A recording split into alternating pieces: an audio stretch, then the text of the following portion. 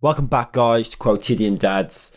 Today, we're going to give you a Night Agent end of season review. Do you know what? This is a series you guys need to watch at home. It's an absolute must. Let's find out why. Let's go. So then, Ben, you started off that with it's a must watch. So, overview, why is it a must watch? What have you been seeing that makes people want to watch it? Do you know what? For me, it's we'll see in a minute, but it's the realism of the show, which is one of the bits that I like to talk about. You know me for You this. do like it real, and you make keeping it real since 1991. No jumping out, playing like Tom Cruise. No, but anyway, this series as a whole, it gives great suspense. It's had, especially towards the end half of the season, had some amazing twists. Oh my god! I think where we ended last week in episode 5. Yeah. It was like, oh, it's getting good. Oh, I wonder who's the traitor. Episode 6 was like, yeah, and boom, we fucking know. straight like, back what?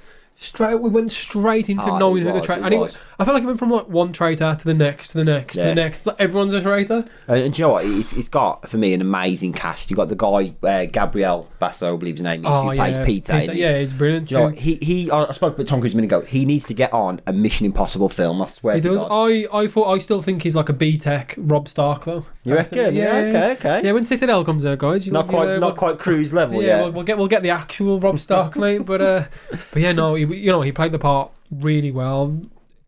He just smashed it out the park. It was good, and for me, he builds on a nice little bit. Each episode gets a little bit more, adds in a little twist, bit more character development. It's like it's someone who's making a cake and they're just nicely layering it up for us, rather than just. You know what? It really did, and I feel like every episode left you almost hanging on that question, and they didn't then make you wait 4 episodes to feel that question. They were like, the next episode you went straight in, and then boom, like Fawn was one of the traitors. You know what? So it's not like some series where they throw in something in episode 1 and about 3 seasons later you find out the answer. No, this is literally 1 episode. Next episode is an answer to the question. It was brilliant, and that was it, man. I think if you like this kind of film, you like TV series, you like that spy thriller, get onto it. Watch the first 2 episodes, you'll be hooked. You'll be in there.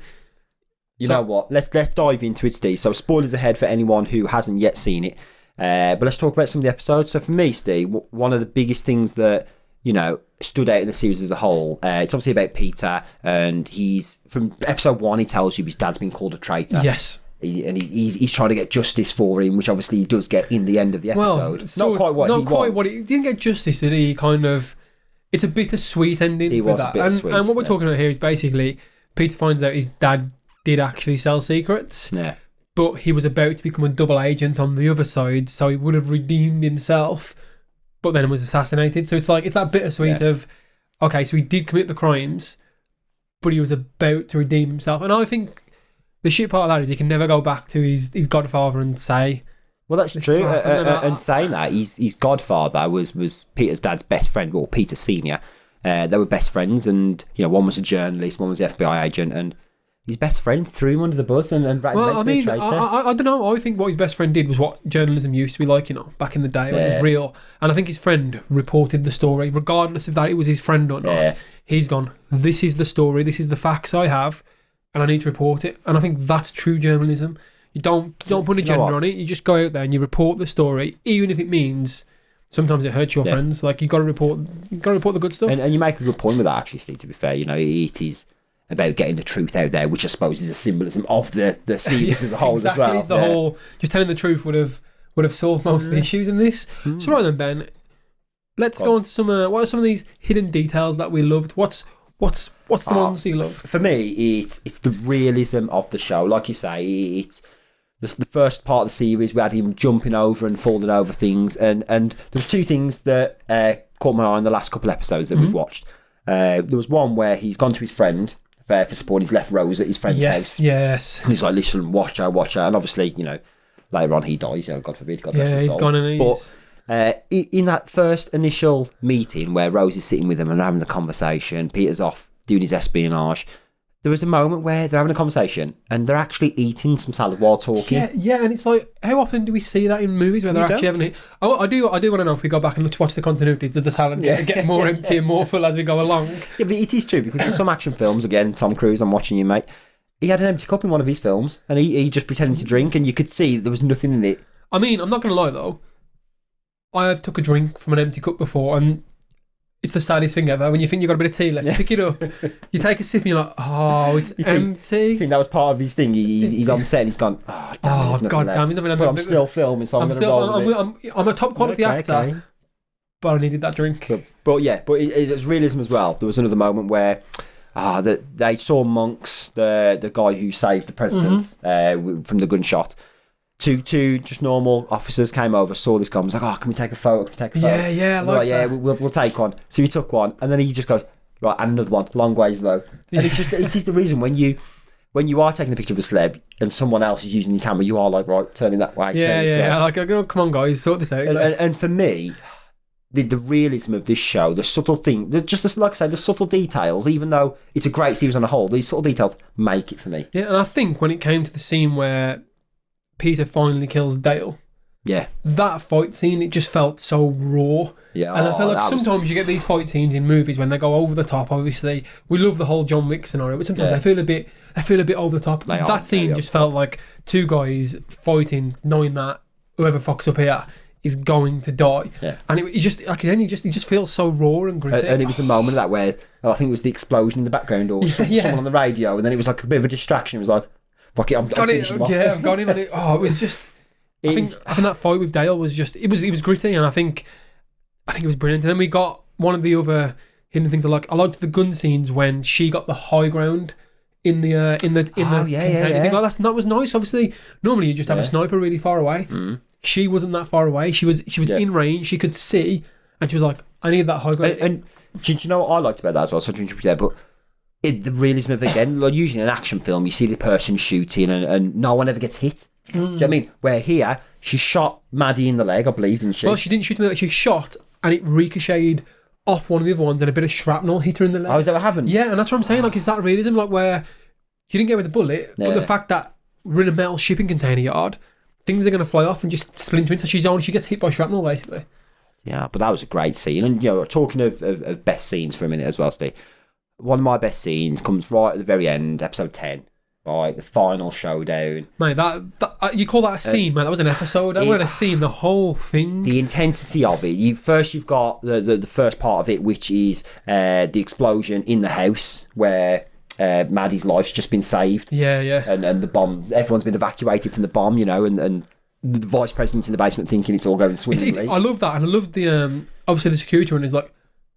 So then, Mr. President, like he calls him. Yeah. Because they know what's happening. Because everyone's in on it. He's like, right then, Mr. President, we need to get you out of here. And he comes out and he's like, my daughter. And then he sees, what's the girl? Chelsea. He sees Chelsea and he's like, oh, fuck. He's like, he knows. He's like, oh, I'm fucked. I'm dead. And that's it. But the second part of that is where we've got the president on the lawn, helicopter's about to take off. He's managed to get up with a gun, and there's so many agents around there that could have taken that shot. Well, I think if you look at the way he does it, again, realism, he keeps tucking his head behind hers because he knows, doesn't he? He knows kind of backing himself up. He was trying to make sure.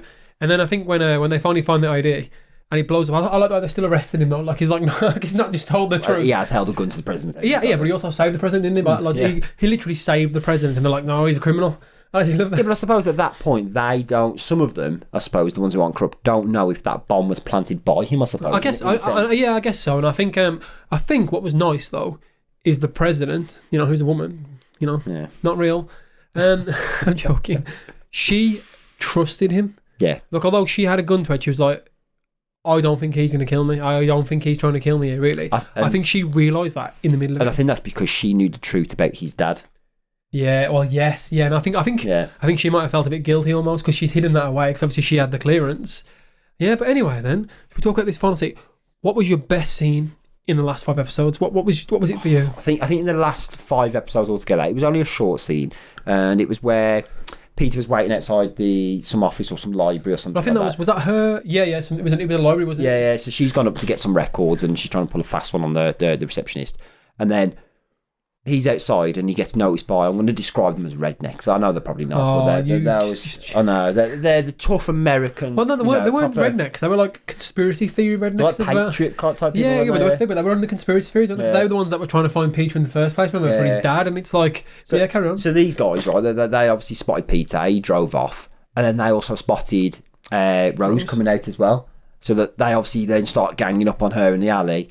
And then, I didn't know how she was going to escape that. I thought, she's done for. Yeah, and I mean, it was a bit weird, weren't it? Like four men trying to gang up on a woman was a bit. I'm just saying, in the middle the of realism of the show, Steve. Yeah, I'd have hoped in America, people would have jumped in there and gone, oh, what's going on here, guys? Yeah, but it didn't. But then this is your best part coming up, isn't it? It is. It's where good old Peter swerves in, saves the day, jumps out, flare gun.